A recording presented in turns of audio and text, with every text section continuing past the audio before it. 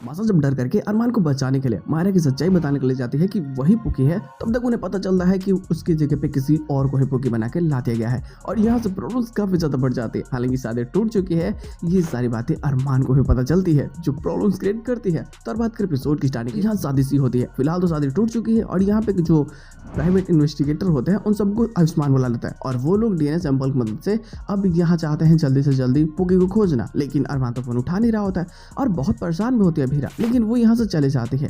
वो देखती है माहिरा सोने की कोशिश कर रही है, लेकिन वो तो गहने पहन के ही सो रही है, तो वो उसकी मदद करती है। हालांकि देखो जो इसने गुस्से में बोला था उसके कारण इससे दुख अभी भी होता है, इसे गिल्ट अभी भी लग रहा होता है, लेकिन फिलहाल ये यहाँ कहीं ना कहीं उससे एक अलग सा लगाव महसूस कर रही होती है।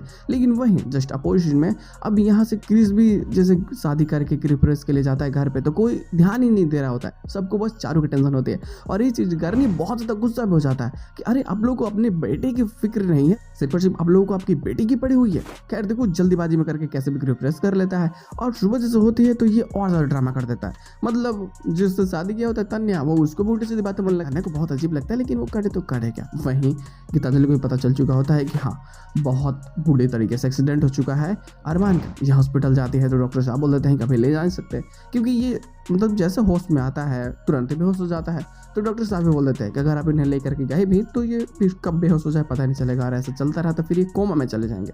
तो इससे अच्छा है कि अभी इनको यहीं हॉस्पिटल में ही रहना चाहिए सर। और यहाँ गीतांजलि उसकी सेवा करने लगती है, लेकिन जो सबको लगता है कि शायद जल्दी से मायरा की सच्चाई पता चल जाएगी। मासा बहुत डर चुकी होती है। अब उन्हें लगता है कि यार अरमान को बचाने के लिए क्योंकि वो फोन उठा नहीं रहा तो मुझे सच्चाई खुद ही बताने होगी। और हालांकि इसके साथ एपिसोड की एंडिंग कर दी जाती है। ये पोस्ट का सीन होता है अरमान की सच्चाई बताने के लिए। मासा चाहता आसमान तो बड़ा खुश होता है कि मैंने पुकी को खोज लिया, मैं पुकी को लेकर के आया हूँ। मासा सोचती है कि उससे पहले मैं ही सच्चाई बता दूँ, तो वो जाकर के भीड़ से बोलते हैं कि देखो मुझे अरमान को तुम्हें सच्चाई बतानी है। और जैसे बोलने वाले होते हैं कि मायरा ही तब तक तो पता चलता है कि कोई दूसरी आती है लड़की, जो मम्मी बोलने लगते हैं भीरा को। लेकिन भीरा को बहुत अजीब लगता है, मतलब अपने पन सा कुछ महसूस नहीं होता, बल्कि थोड़ा कुछ अजीब। जो मायरा के साथ में लगाव इसको है जैसा उसके साथ में महसूस होता है, वो ऐसा कुछ भी यहाँ महसूस नहीं होता। और ऐसा लगता है कि ये कौन सी बच्ची को उठा के ला चुका है। मतलब जो इन्वेस्टिगेटर हैं उनसे भी गलतियां हो चुकी हैं, उन्होंने किसी और बच्ची को उठा दिया। और यहाँ मासा को लगता है कि चलो अरमान बच चुका है, अब आज नहीं तो सही, लेकिन जब वो ठीक हो जाएगा वो खुद ही आकर के अपनी सच्चाई बताएगा।